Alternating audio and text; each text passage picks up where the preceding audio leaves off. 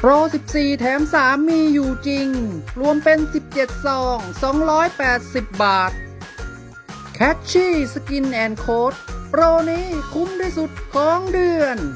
เป็นอาหารเสริมบำรุงผิวหนังและเส้นขน ทำให้เส้นขนแข็งแรงลดขนร่วง มีโปรตีนสูงพร้อมด้วยโอเมก้า 3 และ 6 รวมถึงวิตามินที่จำเป็นสำหรับลูกๆของคุณ ลดการอักเสบของผิวหนัง ปลอดภัยต่อลูกๆ 100%โปรโมชั่นสุดคุ้มมีแค่เดือนนี้เดือนเดียวเท่านั้น แม่ไม่ควรพลาด